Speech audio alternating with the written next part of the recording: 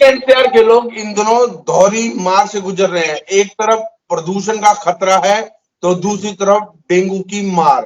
आखिर क्यों बढ़ रहे हैं डेंगू के मामले? इस विषय पर बात करने के लिए हमारे साथ सफदरजंग हॉस्पिटल के डॉक्टर जुगल किशोर जी हैं। जुगल जी, बहुत बहुत स्वागत है आपका पंजाब केसरी टीवी और नवोदय टाइम्स पर। तरुण जी नमस्कार। सर, इस बार डेंगू के मामले कुछ ज्यादा ही आए हैं, आखिर क्या वजह है? देखिए, जो डेंगू है वो अब हमारे देश में एक एंडेमिक हो गया है जो हर साल होता है और उसके लगातार केस होते हैं और काफी लंबे समय तक होते हैं। लेकिन इस बार इसलिए हुआ क्योंकि इस बार जो पानी गिरा है या कहना चाहिए वर्षा हुई है हमारे पूरे एनसीआर रीजन में, वो बहुत ही ज्यादा है। तो हर जगह पानी का ठहराव हो जाता है, उसमें मच्छर के पनपने के बहुत ज्यादा चांस हो जाते हैं और यही रीजन रहा कि इतनी ज्यादा संख्या में स्पॉट्स हैं जो उसको हम ब्रीडिंग साइट्स बोलते हैं, वो बढ़ जाते हैं। तो इसीलिए जब मॉस्किटो बढ़ते हैं, पर्टिकुलरली इसमें हमारा एडीज मॉस्किटो होता है, तो वो बढ़ जाता है। उसी वजह से हमारे को डेंगू के चांसेस भी बढ़ जाते हैं। सर, क्या इसमें लगता है आपको प्रशासन की भी लापरवाही रही है, खासकर दिल्ली एनसीआर में? क्योंकि जिस तरह से दवाइयों का छिड़काव और जो वैन लेके निकलते हैं, जिस तरह से धुएं वाली उसमें जो दवाइयां डालते हैं, क्या उसमें भी कुछ कमी देखी गई? नहीं, मैं प्रशासन का कोई उसमें नहीं कहूंगा, बहुत सतर्क है पहले ही टाइम से। जैसे मुझे याद है, मैं इसमें इन्वॉल्व हूँ, vector borne disease control programme हमारे हॉस्पिटल की तरफ से। तो हमारा 3 महीने पहले ही हेल्थ मिनिस्टर ने पूरा मीटिंग लिया। उसके बाद में फिर central government and Delhi government actively ये कंटिन्यूसली कुछ ना कुछ एक्शन ले रहे हैं और हाई लेवल पे होता है। ऐसा नहीं कि हम सिर्फ लोकल लेवल पे हम बात कर रहे हैं। तो ये कहना कि प्रशासन का इसमें कोई वो है, मैंने बताया कि जब नेचर ही कुछ इतना ज्यादा बिगड़ जाए तो उसमें हर व्यक्ति लाचार हो जाता है। जैसा आपने कहा कि जो पहले एक्टिविटी होती थी, जैसे फॉगिंग हो गया या दवाइयां छिड़कते थे, वो सारी चीजें, उसमें काफी बदलाव हुआ है। अभी आप ये कह रहे थे कि देखो दिल्ली के अंदर हमारे बहुत ही पोल्यूशन है। उस पोल्यूशन के अंदर हम इस तरह का फॉगिंग हम नहीं एडवोकेट करते। ये पब्लिक को ऐसा लगता है कि अगर फॉगिंग नहीं है तो डेंगू बहुत ज्यादा हो जाएगा या और दूसरी जो हमारी मॉस्किटो बॉर्न डिजीज है वो हो जाएंगी। लेकिन हम एडवोकेट करते हैं एनवायरमेंट हेल्थ के पॉइंट ऑफ व्यू से और एयर पोल्यूशन के पॉइंट ऑफ व्यू से कि फॉगिंग कम से कम होनी चाहिए। हमें ब्रीडिंग साइट पर फोकस करना है। तो वो बहुत तेजी से इस पे काम हुआ। लेकिन अब आप देखिए, कंस्ट्रक्शन वर्क बहुत तेजी से चल रहा है, हमारे हर जगह पर कंस्ट्रक्शन वर्क है, तो वहां पर पानी का ठहराव हमेशा रह जाएगा। जो हमारे मलबा इधर उधर पड़ा होता है, ईंटें पत्थर ये सब पड़े होते हैं, उसमें कोई पॉलिथीन पड़ा हुआ है। अब जैसे आपको जैसे पॉलिथीन का यहाँ पर बैन हुआ था, लेकिन वो कभी इम्प्लीमेंट नहीं हो पाया। तो जब वो पॉलिथीन कहीं भी होगा, कागज पॉलिथीन, उसके ऊपर थोड़ा सा भी पानी होगा, उसमें भी हमारे ये एडीज के मॉस्किटो ग्रो कर जाते हैं। इवन जो हमारी पत्ते होते हैं, पत्तों के अंदर पानी अगर रह जाए तो वहां पर भी मॉस्किटो ग्रो कर जाता है। तो कहना चाहिए ऐसी इतनी साइट हो गई कि मॉस्किटो का ग्रोथ हुई है। साथ में हर ये भी देखा है कि हमारे इंडिया के अंदर जो डेंगू होता है वो साइक्लिक पैटर्न में होता है कि उसको 2 या 3 साल बाद में उसका एक हाई पीक आता है। तो वही है कि ये 15 के अंदर था, फिर 19 के अंदर था, 2015, 2019 और अब 2021। तो हर दूसरे तीसरे साल में इसका एक पीक आता है। लेकिन अभी भी इतनी ज्यादा मात्रा में केसेस नहीं दिख रहे जितना ये 15 या 16 में था दिल्ली के अंदर। सर, एक चीज मैं आपसे समझना चाहूंगा, क्या डेंगू का पॉल्यूशन से, जो बढ़ता हुआ पॉल्यूशन है और फॉगिंग है, इनसे कोई आपस में कोई तालमेल है? एक जानकारी के लिए मैं आपसे पूछना चाहता हूँ। डेंगू का कोई तालमेल नहीं है, मॉस्किटो का तालमेल होता है कि मॉस्किटो अगर बहुत ज्यादा पोल्यूशन हो तो मॉस्किटो का जो ग्रोथ है उसमें डिफरेंस हो सकता है। जितना मॉस्किटो होगा उतना ही हमारे को मॉस्किटो रिलेटेड डिजीज होंगी।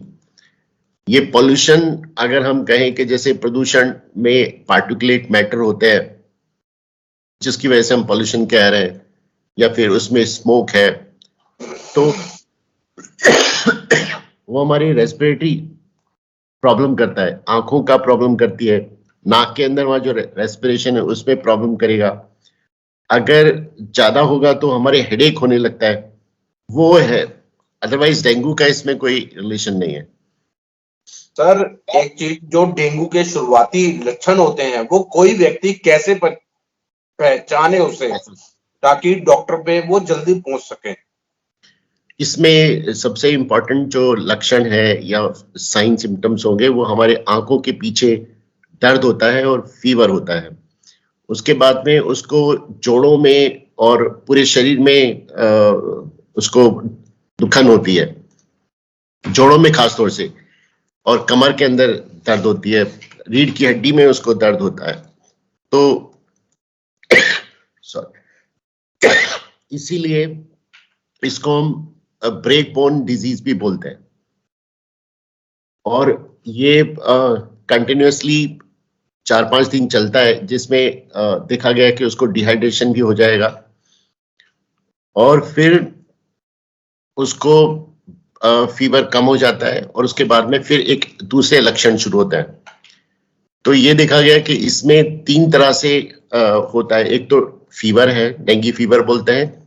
एक डेंगी हेमरेजिक फीवर होता है जिसके अंदर हमारे जो स्किन के नीचे या जहां भी छोटी छोटी ब्लड वेसल्स होती हैं उसमें वो रप्चर हो सकते हैं या उसमें ब्लीडिंग हो जाती है। वो हमारे मुंह के अंदर, आंख के अंदर इस तरह से, या पेट की स्किन है उसके ऊपर, तो वो हेमरेजिक है, वो ज्यादा खतरनाक होता है क्योंकि ब्लीडिंग एक बार शुरू हो गई, प्लेटलेट कम हो जाती है इसमें, तो प्लेटलेट की कमी से ही ब्लीडिंग डिसऑर्डर्स होता है, तो तब ये खतरनाक बनता है। सर, क्या हर व्यक्ति को बुखार होना जरूरी है, या कोई व्यक्ति बिना बुखार के है लेकिन डेंगू है? क्या जरूरी है बुखार? मतलब ज्यादातर जरूर होगा बुखार? हाँ, ज्यादातर जो इसके लक्षण है उसमें बुखार होता है, लेकिन जो डेंगी हेमरेजिक फीवर है, जैसे उसको 2-3 दिन पहले बुखार हुआ था और उसके बाद में फिर उसको ब्लीडिंग के लक्षण आने हुए, उस वक्त में हो सकता है बुखार ना हो, तब उसको इमीडिएटली हमारे को ध्यान देना होता है। जैसे उसका 2-3 दिन उसको बुखार रहा, आपने उसको सिंपल पैरास्टामोल से कम कर लिया, फिर आप निश्चिंत हो गए।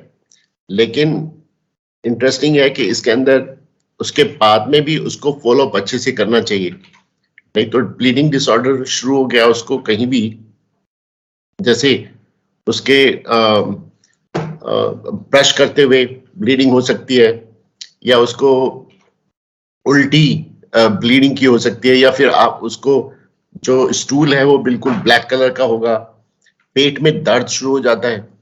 तो ये सब ऐसे लक्षण हैं जो बिना बुखार के आपको होंगे और बहुत ही खतरनाक होंगे। सर, अक्सर काफी लोगों ने ये जानकारी आपसे हम जानना चाहेंगे कि जो प्लेटलेट्स हैं उसे बढ़ाने के लिए आखिर पिए क्या या खाए क्या, अगर आप कुछ बता सकें, क्योंकि बहुत लोगों में ये सवाल मन में रहता है कि प्लेटलेट कैसे बढ़े।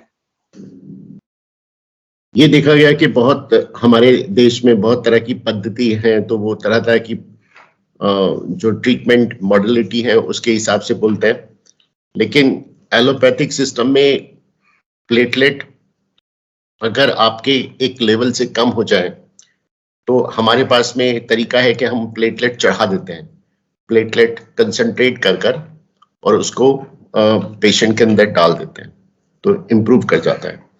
लेकिन अगर वो नॉर्मल खाना खाता रहे, जो उसका संतुलित आहार है, तो ये भी देखा गया कि उसका प्लेटलेट जब 40,000 50,000 के करीब नीचे आए, फिर वो ऐसा ऐसा बढ़ने लगते हैं। बॉडी की कैपेबिलिटी होती है कि वो अपने आप को एडजस्ट करती है with in few days. Sorry sir. तो इसलिए ये कहना कि कोई स्पेशल डाइट है, ऐसा नहीं है। लेकिन फिर भी हमारे और दूसरी उसमें ये कहते हैं कि आप अच्छा खाना खाएं, हार्ड ना हो, फ्लूइड ज्यादा लें, इसके अंदर बहुत ही इंपॉर्टेंट है। क्योंकि जब हमारा फीवर बढ़ता है और कहीं भी डिसऑर्डर्स में फ्लूइड्स निकलता है, तो बेटर होता है कि हम उसे रिप्लेस करें। तो रिप्लेस करने का तरीका ये है कि फ्लूइड ज्यादा क्वांटिटी में हम लें। तो जितना भी आप अच्छा फ्लूइड डाइट लेते हैं या फ्लूइड लेते हैं, इसमें ये नहीं कि पानी ही लेना है, आप जूस ले सकते हैं। तो तरह तरह के अच्छे जूस जो फ्रेश होते हैं वो ज्यादा अच्छे माने जाते हैं। बाकी फल जो सॉफ्ट है वो आप खा सकते हैं। कोई भी चीज ऐसी ना हो जो हार्ड हो, जो आपके मुंह के अंदर या गले के अंदर वो छील दे या कुछ उसको खराब कर दे, वो चीजें कम इस्तेमाल करनी होती है। हाँ सर, इसमें ये भी कहते हैं या ये भ्रांति हो सकती है, मैंने भी सुना है कि बकरी का दूध ज्यादा से ज्यादा इसमें डेंगू में पिए, केले वो पपीते के पत्ते खाएं। क्या ये सब एक अफवाह है या वाकई इनके खाने से ज्यादा बढ़ता है? ऐसा बिल्कुल आपने सही क्वेश्चन भी पूछा। तो ये मैं आपको बता दूं कि जब कभी भी हम कोई किसी चीज को एडवाइस करते हैं अपने पेशेंट के अंदर, तो जैसे आपने कोविड के अंदर देखा होगा कि हमारे को ट्रायल करने होते हैं कि अगर हम ये देंगे तो इसमें ये फायदा होगा, अगर ये नहीं देंगे तो ये फायदा नहीं होगा। तो हमारे को कोई ऐसा रिसर्च नहीं मिली है कि जिसमें इस तरह की चीजें देने से कुछ फायदा होता है। ये हमारे समाज के अंदर इस तरह की वो है, सोच है कि हम एक स्पेशल तरह की चीज खिलाएं, जैसे पपीता है या फिर कच्चा पपीता बोलते हैं इसके अंदर। तो वो मैं मानता हूं उनसे ये इम्प्रूव करेगा। लेकिन मैं किसी भी पद्धति को नहीं कह रहा हूं कि वो खराब है, लेकिन हमारे पास में एविडेंस होना चाहिए और वो पब्लिश्ड होना चाहिए, जिससे कि ज्यादा से ज्यादा लोग उस पर विश्वास कर सकें। तो अभी मैं ये नहीं कहना चाहूंगा कि इन चीजों से फायदा होता है। कुल मिला के एक normal diet, normal juice, liquid ही पर्याप्त है, आपके कहना ये है? संतुलित आहार सबसे बेस्ट। सर एक चीज और, जो जिसको डेंगू हुआ है उसकी प्लेटलेट कितनी होना शरीर में जरूरी है? प्लेटलेट्स की जो काउंट है वो वेरी करता है। वेरी का मतलब कि उसके 2.5 लाख, 3 लाख और 1.5 लाख ऐसे नॉर्मली रहते हैं, रेंज पे रहते हैं। कोई ये कहे कि नहीं इतना ही होना चाहिए, ऐसा नहीं है, उसके रेंज पे होते हैं। लेकिन इसमें हमने देखा कि वो यही डेंगू नहीं, बहुत सारे और बीमारियां हैं जिसके अंदर, इवन कोविड के अंदर भी देखा कि लोगों के प्लेटलेट कम हुए। तो ये नीचे जाता है। हमने ये देखा कि किसी को ब्लीडिंग डिसऑर्डर बहुत कम होने के बाद में भी नहीं होता। जैसे आपके 10,000 प्लेटलेट हैं जो कि बहुत ही कम है, उसमें भी देखा है कि आप घर पर रह सकते हैं, आराम से रह सकते हैं, अगर आपको कोई ब्लीडिंग डिसऑर्डर नहीं हुआ है, कहीं भी शरीर के अंदर नहीं है, फिर वो अपवर्ड बढ़ने लगता है। तो बिल्कुल घबराने की बात नहीं है। लोगों के जैसे 1 लाख से थोड़ा कम हुआ तो एकदम हॉस्पिटल जाएंगे, एडमिट करेंगे और फिर उस चक्कर में फंस जाते हैं। बिल्कुल घबराने की जरूरत नहीं है। अच्छे डॉक्टर से सलाह लें, आपको अच्छी सलाह मिलेगी। घर पे ही इसका बहुत अच्छे से इलाज हो सकता है, लेकिन डॉक्टर की हमेशा निगरानी होनी चाहिए और अपनी तरफ से कोई भी ऐसी चीज ना खाएं जिससे प्लेटलेट और गिरती है, जैसे कि एस्प्रिन।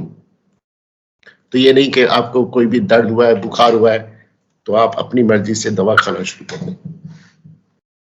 सर आपने बहुत महत्वपूर्ण जानकारी दी। इस समय सर एक आपसे दरखास्त है कि इस समय लोग काफी ज्यादा, एक कहे कि एक ऐसा माहौल है कि लोग डरे हुए हैं डेंगू के लेकर। ऐसे में आपसे ये पूछना चाहूंगा सर, एक तो इसमें क्या हिदायत रखें और दूसरा ये कि लोग डरे ना, आप क्या कुछ कहना चाहेंगे? देखिए, इसको डेंगू को होने के लिए हमारे को मॉस्किटो का होना बहुत जरूरी है।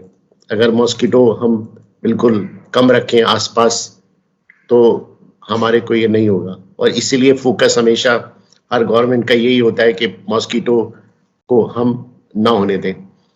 तो मॉस्किटो के थ्रू आपको डेंगू के वायरस आते हैं और डेंगू के वायरस आएंगे मरीज से। तो एक मरीज का ब्लड वो सक करेगा और फिर जब दूसरे में जाएगा तो कम से कम 3-4 दिन का फर्क होना चाहिए, क्योंकि उसको उसके इन्फेक्टेड होने में टाइम लगता है। तो वो जब उसके अंदर इंजेक्ट करेगा तो फिर एक इंक्यूबेशन पीरियड होता है और उसमें एक मॉस्किटो की लाइफ हमारी जो जीता है वो महीना भर है ना, मैक्सिमम महीना भर जीता है।